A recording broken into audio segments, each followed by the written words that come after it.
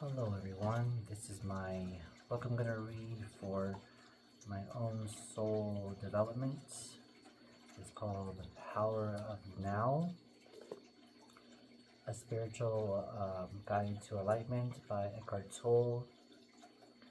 I'm going to read this book by chapter.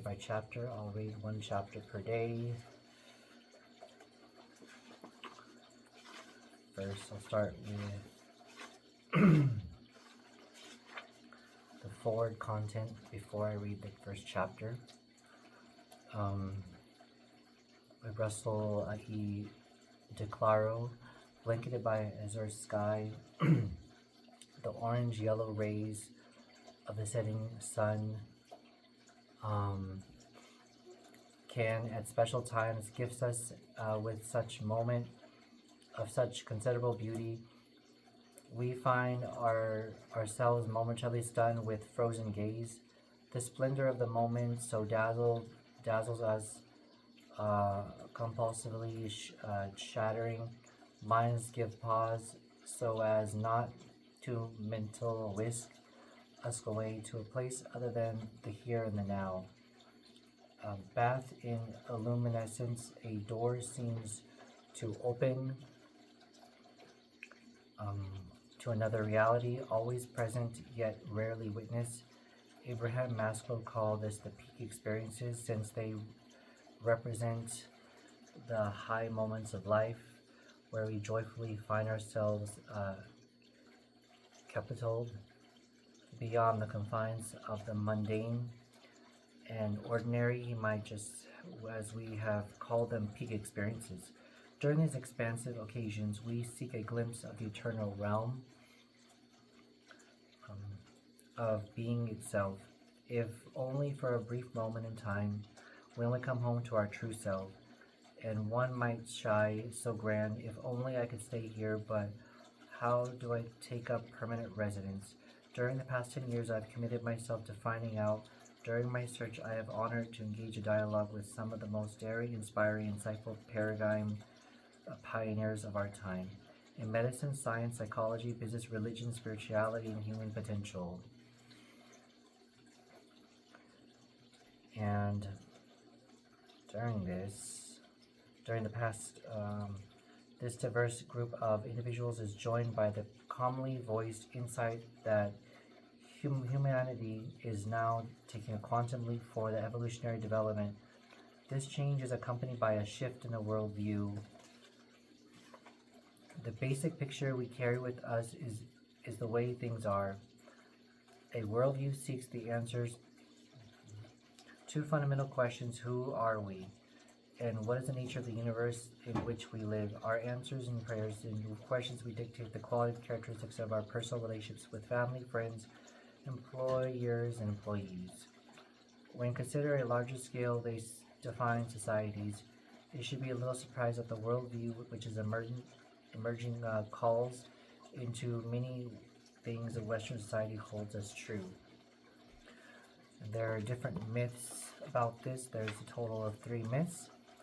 The first myth is humanity has reached the pinnacle of its development.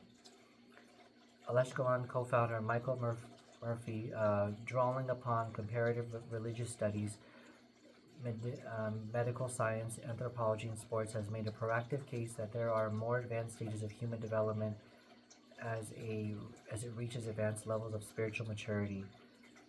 Extraordinary capacities begin to blossom of love, vitality, personhood, body awareness, intuition, perception, communication, and violation. First steps we see is to recognize they exist. Most people do not. Then methods can be employed with conscious intention. Myth 2. Myth 2 is we are completely separate from each other, nature, and cosmos. This myth and the other than me has responsible for wars, the rape of the planet, and all forms of expressions of human injustice. After all, with their mind of who harm another if they experience that the person as parts themselves. Stan Groff in research of non-ordinary states of consciousness, summarizing by the psyche of conscious of each of us is. In last analysis, commiserates with all of that is because of no absolute boundaries between the body and ego. Body and ego are the totality of existence, where the thoughts, attitudes, and healing intentions of an individual can influence the sociology of another person. Prevailing mind, body, medicine is very well supported by scientific studies into healing power prayer. Now, this could happen according to the known principles of psychics and the worldviews of traditional science, yet the preponderance of evidence suggests that indeed it does. Myth 3. The physical world is all there is. Meretistically bound, traditional science assumes that anything cannot be measured, tested in laboratory, or probed by the five senses of technological extensions simply don't exist. It's not real. The consequence of that all reality has been collapsed into physical reality. Spiritual, or what I've called non-physical dimensions of reality, have run into out of town. This clashes with perennial philosophy, the philosophical consensus spanning ages, religions, traditions, cultures, which describe different conscious dimensions of reality. These run from the most dense and conscious, they call that matter, to all the dense of the most conscious, which are called spiritual. Interestingly enough, the extended multidimensional module of reality is suggested by quantum theorists and are used to explain travel occurs faster than the speed of light, the ultimate of speed limits, or his explicit physical and implicate non-physical multidimensional model of reality. There is no mere theory. Aspect of experiment in France demonstrated that the two connected quantum particles separated from vast distances remain somehow connected. If one particle was changed and the other has changed instantly, scientists don't know the mechanics of how faster the speed of light travel that happened. Through some theorists suggest that this connection takes place via doorways into higher dimensions. So contrary that those who pledge their allegiance to the traditional paradigm might think the influential pioneering individuals I spoke with fell of the not reach the pinnacle of human development. We are connected rather than separate. From all the life and all the full spectrum of consciousness encompasses both physical and multitude non-physical dimensions of reality. At the core, this world view involves seeing yourself, then others, and all of life, not through the eyes of small earthly self-lives in the time when we were born in time, but rather through the eyes of the soul, our being the true self. One by one, people are jumping into their higher orbits. With this book, The Power of Now takes his place among the special group world-class leaders. Eckhart's message, the problem of humanity is deeply rooted in the mind itself, ego, or not rather than the misidentification with the mind. Our drifting awareness, our tendency to take path at least residences by being less than fully awake in the present moment, creates a void. And the time-bound mind, which has been designated to be a useful servant, compensates a proclaiming mind. The crowning glory of human development rests not on the ability to reason and think, though through this distinguishes us from animals. Intellect, like extinct, is merely point along the way. Our ultimate destiny is to reconnect with our essential being and express from our extraordinary divine reality in the ordinary physical world, moment to moment. Easy to say, yet rare are those who have obtained the further reaches of human development. And fortunately, there are guides and teachers who help us along the way. As a teacher and a guide, Eckhart's formidable power lies in his adept ability to delight us in the entertaining stories that make abstract concrete a more technique.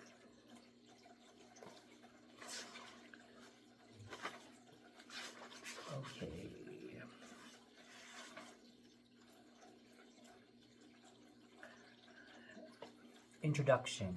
The origin of this book. I have little use for the past, rarely think about it. However, I would briefly like to tell you how I came to be a spiritual teacher and how this book came into existence.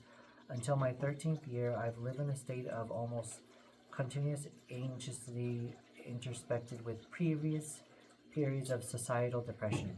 It feels as if now, as if I'm talking about some past lifetime or somebody else's life. One night long after being 29th birthday, I woke up in the early hours with a feeling of absolute dread.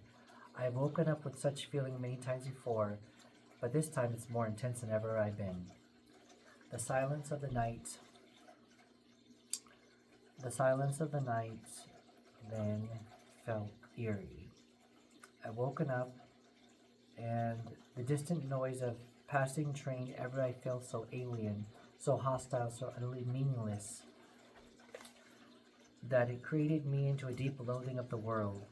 The most loathsome thing of all, however, was my own existence, was what the point of continuing to live with the burden of misery. Why carry this continuous struggle? I could feel deep longing for annihilation, for non-existence was now becoming such stronger than the instinctive desire to continue to live.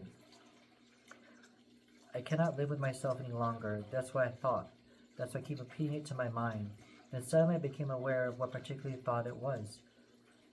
Am I the one? Am I one or two? If I cannot live with myself, then there must be two of me, right?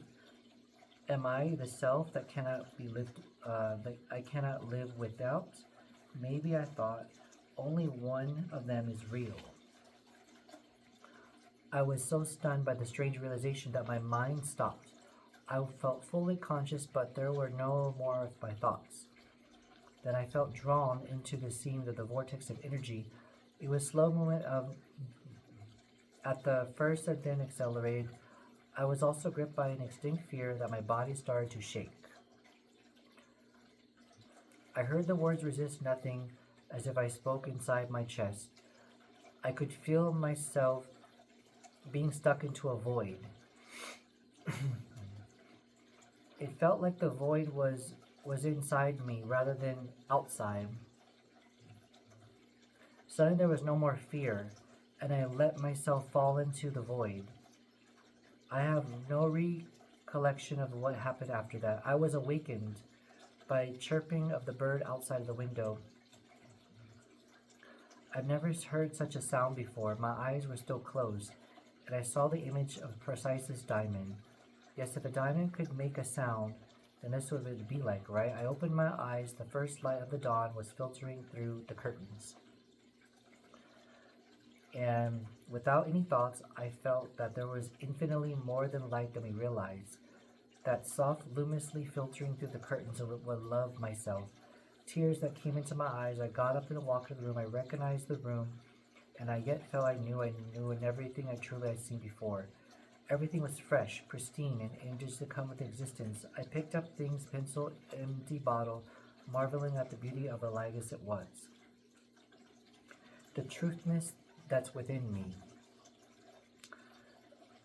This book represents the essence of my work, as far as it could convey into words, with individuals of small groups and spiritual seekers during the past 10 years.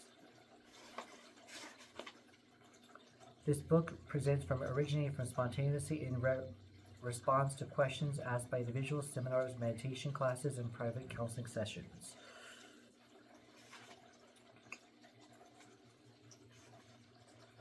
When I occasionally quote the word of Jesus or Buddha from the Course in Miracles or from other teachings, I do not order to compare, but draw your attention. In fact, in essence, there is always only one spiritual teaching, although it comes from many forms. Some of these forms, such as ancient religions, have become extraordinary matter of spiritual essence that have become almost completely obscured by it to a large extent. Therefore, their deeper meaning is no longer recognized and their transformative power lost. Chapter 1. You're not what your mind says. A beggar has sitting by side of the road over 30 years One day my stranger walked by, spare some change, mumbled the beggar, mechanically holding his old baseball cap. I have nothing to give, said to the stranger. Then he asked, Well, what is that? What are you sitting on? Nothing, I said, replied the beggar. I just an old box. I've been sitting on it as long as I can remember. What was the point? She said. There is nothing in there. Have I looked inside? Insisted the stranger. The beggar managed to pry open the lid with astonishment, disbelief, and elation. He saw the boxes filled with gold. But I am a stranger, who I said, to give you who I'm telling you to look inside. Not inside any box, but as in a parable, but somewhere even closer, inside yourself. But I am not a beggar, I said. I can hear what you said. Those who have not found the true wealth, which is the radiant joy of being in a deep, unshakable peace that comes with it, are beggars, even though the great material wealth, they are looking out of the scraps for pleasure, fulfillment, validation, security, or love. While have a treasure within not only includes those things that infidelity greater than anything in the world could offer. The word enlightenment conjures the idea of superhuman accomplishment, and the ego likes to keep that away. But it is simply your natural state of felt oneness with being. It is a state of connectedness with something immeasurable, indestructible, something that almost paradoxically and essentially you yet so much greater than you. It is finding your true nature in self, beyond name and form. The inability to feel the connectedness giving rise of the illusion of separation from yourself and from the world around you. You then perceive yourself consciously or unconsciously as an isolated ego fragment. Fear arises in conflict within without becoming the norm. I love the Buddhist simple definition of enlightenment as the end of suffering. There is nothing superhuman in that, is there? Of course, as a definition is incomplete. It only tells you the enlightenment is not. No suffering. But that's what's left when there's no more suffering. The Buddha is silent on that. And his silence implies that you have to find out for yourself. He used the negative definition so that mind cannot make it something believe in or into a superhuman accomplishment, a goal that is impossible for you to attain. Despite this precaution, the majority of Buddhists still believe that enlightenment is for the Buddha, not for the norm, and at least not for this lifetime. They use word being. You could explain it. What can that mean by that? Being eternal, ever present? One life beyond myriad forms of the subject of to birth and death. However, being not only beyond but deep within your form, innermost invisible and indestructible essence. This means that it is accessible to as you now as your own deepest self and your true nature. But seek to grasp it within your mind. Don't try to understand it. You can know it only when the mind is still.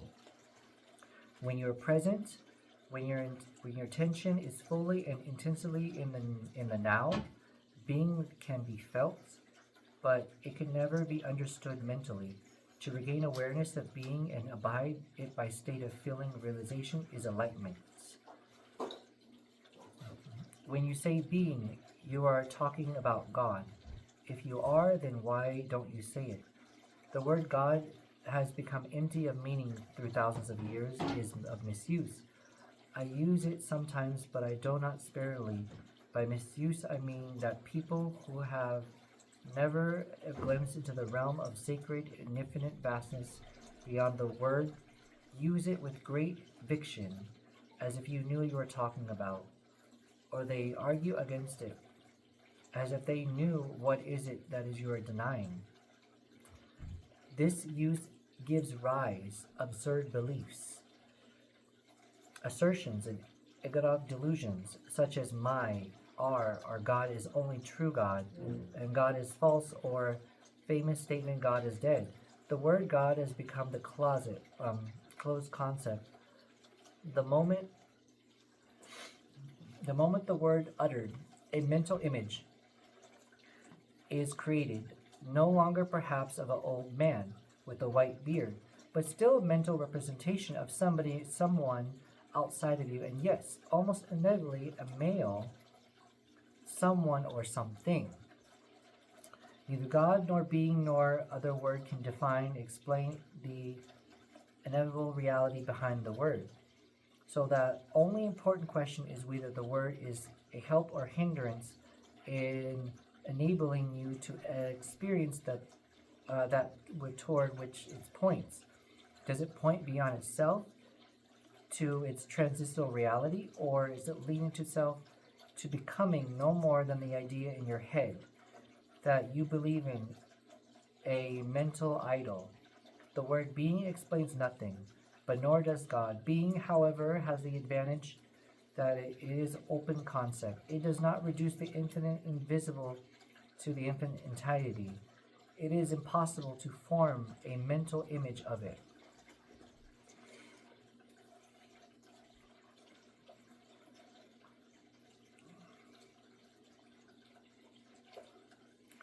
The word being explains nothing, but does God. Being, however, has the advantage that is open concept. It does not reduce the infinite invisible to a infinite entirety. It is, sorry about that.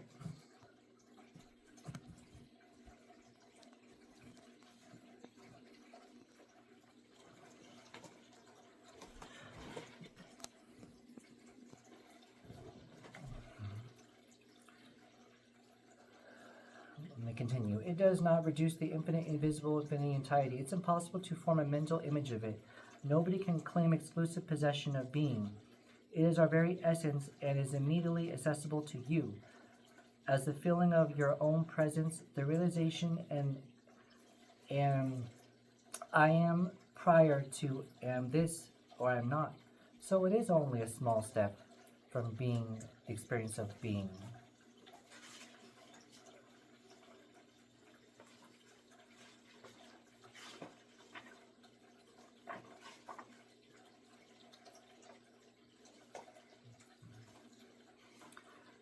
What is the greatest obstacle to experiencing this reality? Identification with your mind, which causes thought to become compulsive.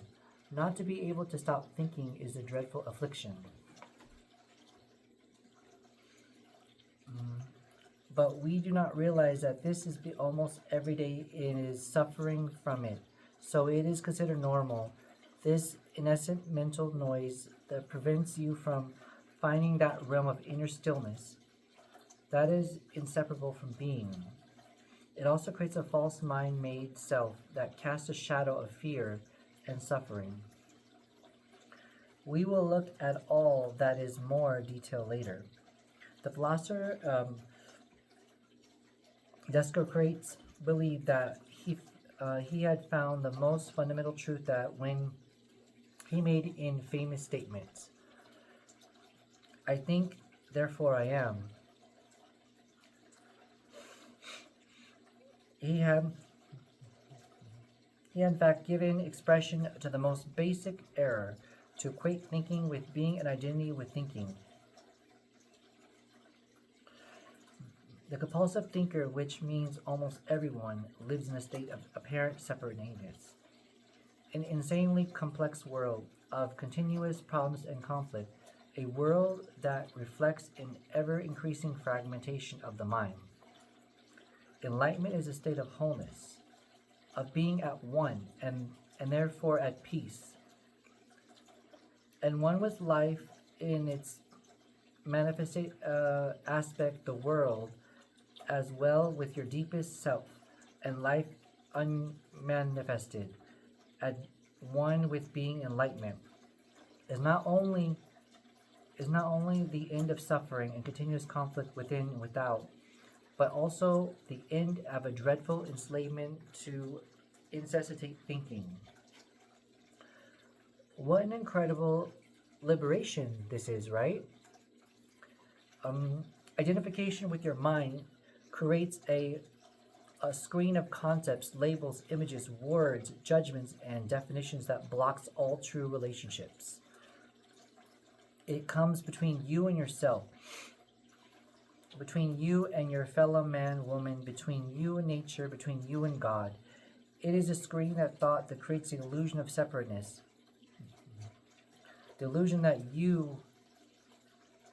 there is you and a total separate other.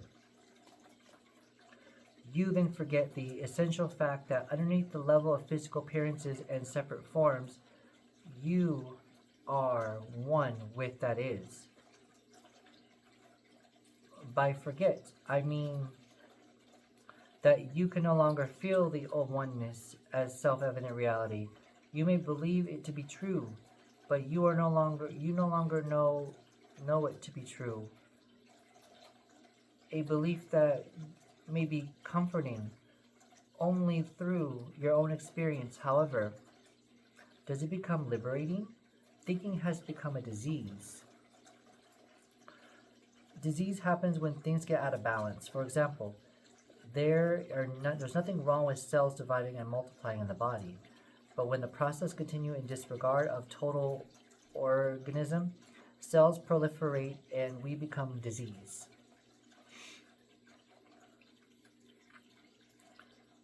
The mind is a superb instrument if used rightly.